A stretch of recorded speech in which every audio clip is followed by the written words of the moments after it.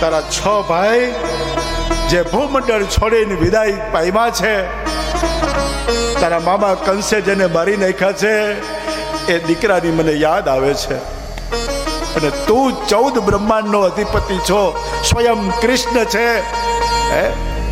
તો તું તારા ભાઈઓ જ્યાં હોય ત્યાંથી લઈ આવે, એને જીવતા કરીને લઈ આવ.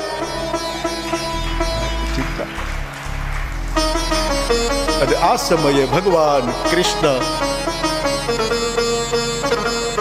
ભૂમંડળ છેડી પાતાળમાં જાય છે. અતલ, વિતલ, તલાતલ, રસાતલ, મહાતલ અને પાતાળ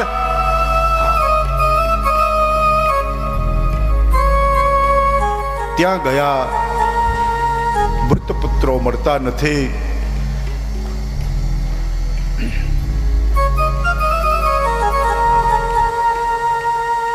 રાક્ષસનો સંહાર કર્યો છે.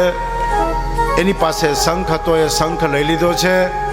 અને જ્યારથી ભગવાન ગોકુળ છોડ્યું, બંસી છોડી દીધી, ત્યારથી ભગવાનનો એક હાથમાં કાંઈ હતું નહીં. એટલે આજ ભગવાન શંખધર બન્યા છે. હવે યમલોકમાં જાય છે.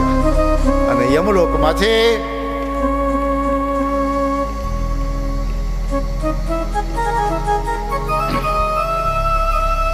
પંચજની નામના રાક્ષસનો સંહાર કરી યમલોકમાં ગયા.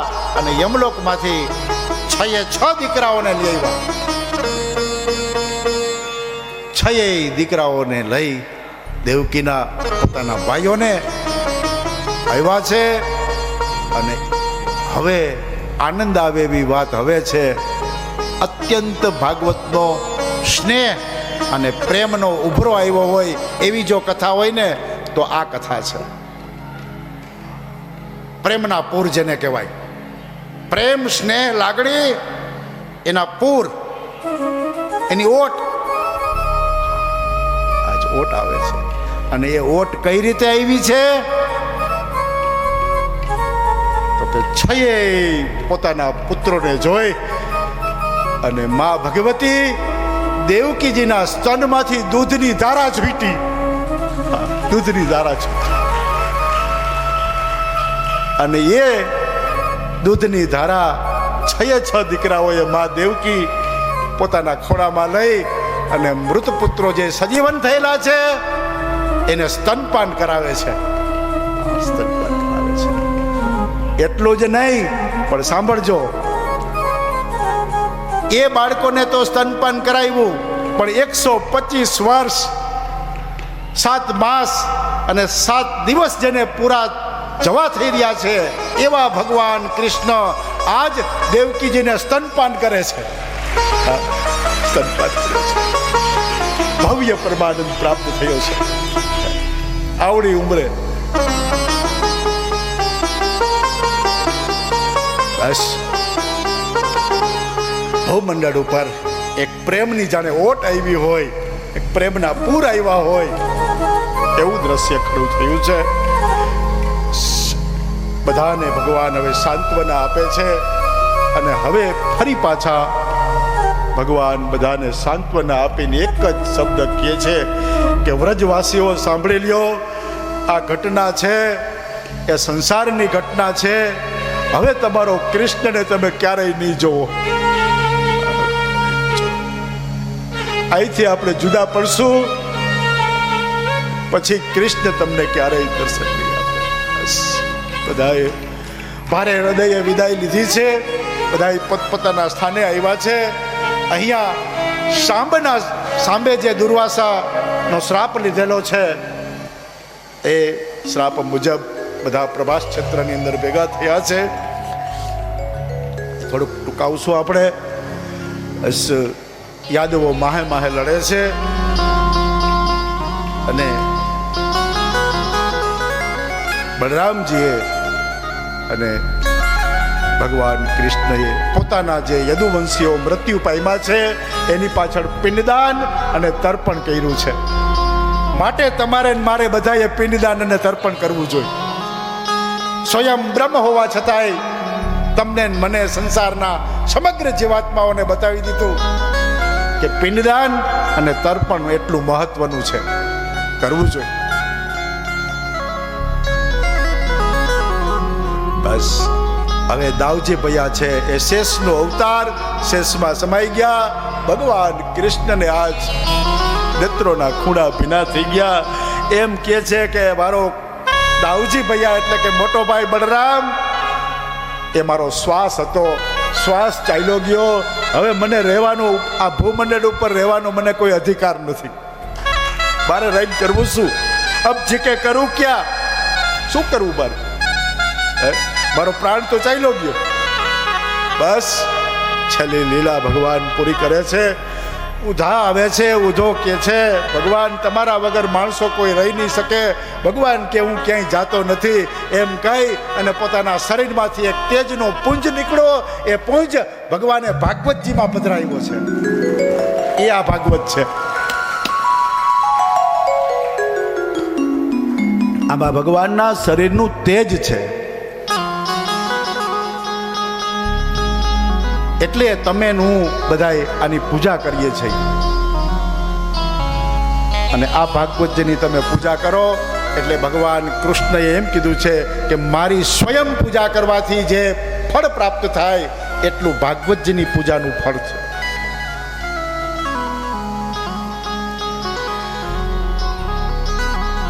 ત્યાર પછી ઉદ્ધવજી ભગવાનની ચરણ પાદુકા લઈ અને દત્તાત્રેયને મળે છે, મૈત્રેય ઋષિને મળે છે. મૈત્રેય અને નવ યોગેશ્વરોની કથા આવે છે. એ કથાને પૂરો ન્યાય નહીં આપી શકીએ આપણે, પણ હવે દારૂક ભગવાનને એમ કહે છે કે ભગવાન તમે ચાલ્યા જવાના છો? બોલે હા. મને સાથે લઈ જાશો? છેલ્લા શ્વાસે તમે મેં છેક સુધી તમારું કામ કર્યું છે, તમારી સાથે રહ્યો છો, તમે જેમ કયો એમ કર્યું છે, તો હવે છેલ્લે મને નહીં લઈ જાઓ સાથે? ત્યારે ભગવાન કૃષ્ણ એમ કહે છે કે દારૂક તારે હજી મારું એક કામ કરવાનું છે. બોલે શું? દ્વારિકામાં જા, મારો સંદેશો પહોંચાડી દે કે ભગવાન કૃષ્ણ હવે વિદાય લે છે. આ ધરાધામ છોડીને ભગવાન ચાલ્યા જવાના છે. અને અર્જુનને એટલો સંદેશો આપી દેજો કે આ દ્વારિકા નગરીને આજથી 7મા દિવસે સમુદ્રમાં તોફાન આવશે અને સમુદ્રમાં ગરકાવ થઈ જશે. એની પહેલા યાદવ સ્ત્રીઓને લઈને નીકળી જાય. બસ દારૂક સંદેશો આપે છે. અર્જુન જાય છે, કાબો લૂંટે છે. સામાન્ય કાબો અર્જુનને લૂંટે.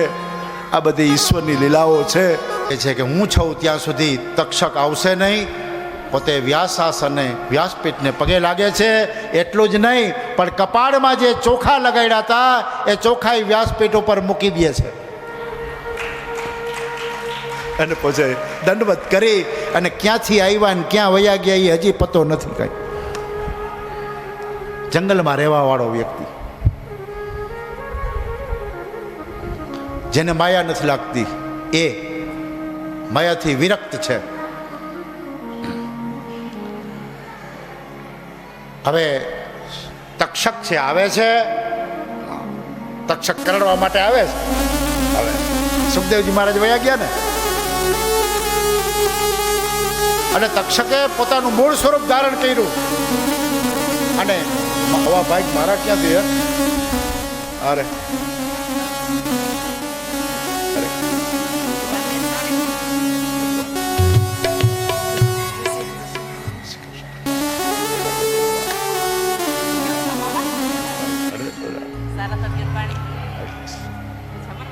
આનું નામ ભાગ્ય. હે, આનું નામ ભાગ્ય. ભાગ્યનું લેવા જવું જ કઈ. આ મારા સગા બેનની ત્રણેય દીકરીઓ છે. મારી સગી પાડે જ છે, સગી પાડે જો. 100 બ્રાહ્મણ ને એક પાડે, 3 દીકરીઓ. હે, અને હરિદ્વાર જેવું તીર્થક્ષેત્ર, અન્ના વિશ્વ. ભાઈ બીજું તો હું શું તમારી સેવા કરું દીકરીઓ, પણ આ એક આ ત્રણેય દીકરીઓ બાદ અરે આ ભાગવતની પ્રસાદી છે, ભાગ્ય છે તમારું, આ કોઈ સામાન્ય બાબત.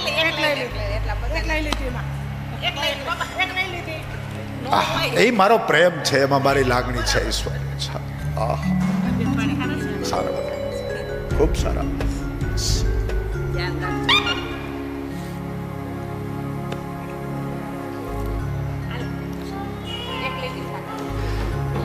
ત્રણેય ભાણેજમાં મારી જે મોટી ભાણેજ છે હર્ષા, એમના હસબન્ડ અમારા ભાણેજવર, એ પણ અત્યારે એમની કથા ચાલુ છે, આપણી સાથે જ ટ્રેનમાં હતા,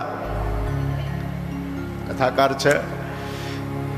અને બસ તમને એટલું એમ થયું કે મામા પાસે જ આવવું છે, બસ ઘણું, મારા માટે ઘણું છે, મારું સૌભાગ્ય છે. તમારા આશીર્વાદ છે દીકરી.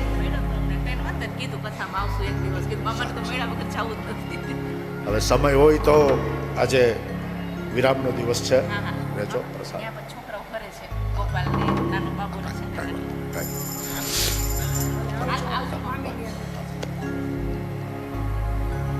આશીર્વાદનો વરસાદ વરસાવતો જાવ. હા, દીકરીઓના આશીર્વાદથી બીજું ઊંઘ હોય. હો બ્રાહ્મણ ને એક ભાણેજ, અને એમ બ્રાહ્મણ અને એમાંય ભાણેજ, એ અહીંયા ખાલી એના પગલા થઈ જાય ને તોય ઘણું છે. જાઓ, તમારી બધાની કથા સાર્થક થઈ ગઈ.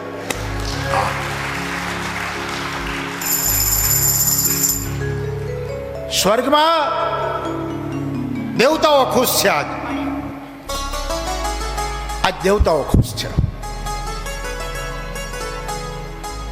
તમારા પિતૃઓ ગતિ થઈ ગઈ, મારો આત્મા એમ કહે છે. તમામ શ્રોતાઓની મનોકામના ઠાકોરજીની કૃપાથી પૂર્ણ થઈ ગઈ. હૃદયપૂર્વકના આશીર્વાદ.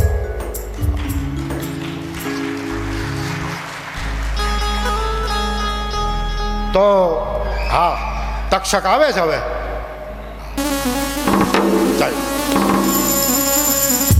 તક્ષક નામના રાજે પોતાનું મૂળ સ્વરૂપ ધારણ કર્યું. શું કામ આવે છે? જય હો. કૌશિક નામનો બ્રાહ્મણ. તક્ષક ક્યાં જા છે? તું જા છો ક્યાં? બોલે પરીક્ષિતને દંશ દેવા. તું શું પરીક્ષિતને દંશ દઈશ? હું કૌશિક બ્રાહ્મણ છું. તું પરીક્ષિતને દંશ દે ને હું એને સજીવન કરું, ઈ કૌશિક. હા, જય હો.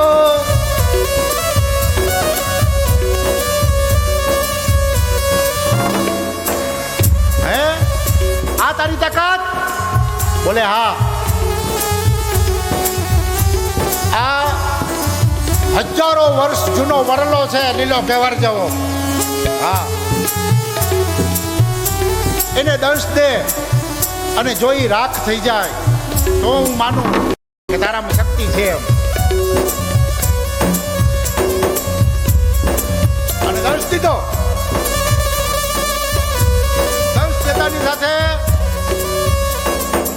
જે જગ્યાએ વરલો લીલો કેવર જેવો હતો ત્યાં રાખનો ઢગલો થઈ ગયો. ઈ તક્ષક. બોલ તક્ષક, તું પરીક્ષિતને મારી શાક છે તાકાત તારી? જય હો.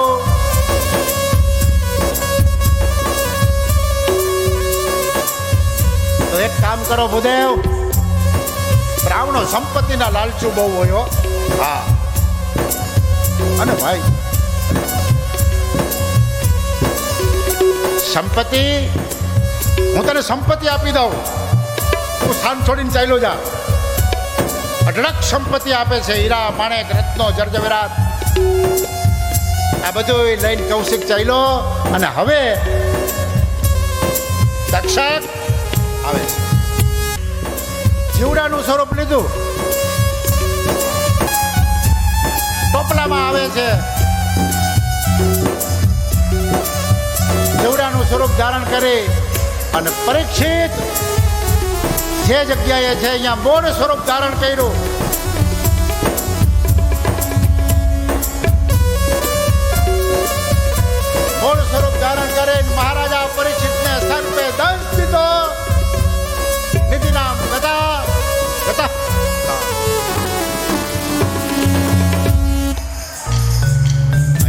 પ્રાણ પંખેરું ઉડી જાય છે.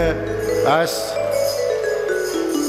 મહારાજા પરીક્ષિતને સન્માન સહિત સ્વર્ગમાં સ્થાન મળ્યું છે.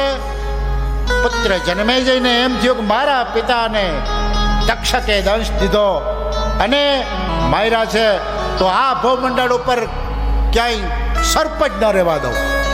સર્પસત્ર નામનો યજ્ઞ, સર્પસત્ર.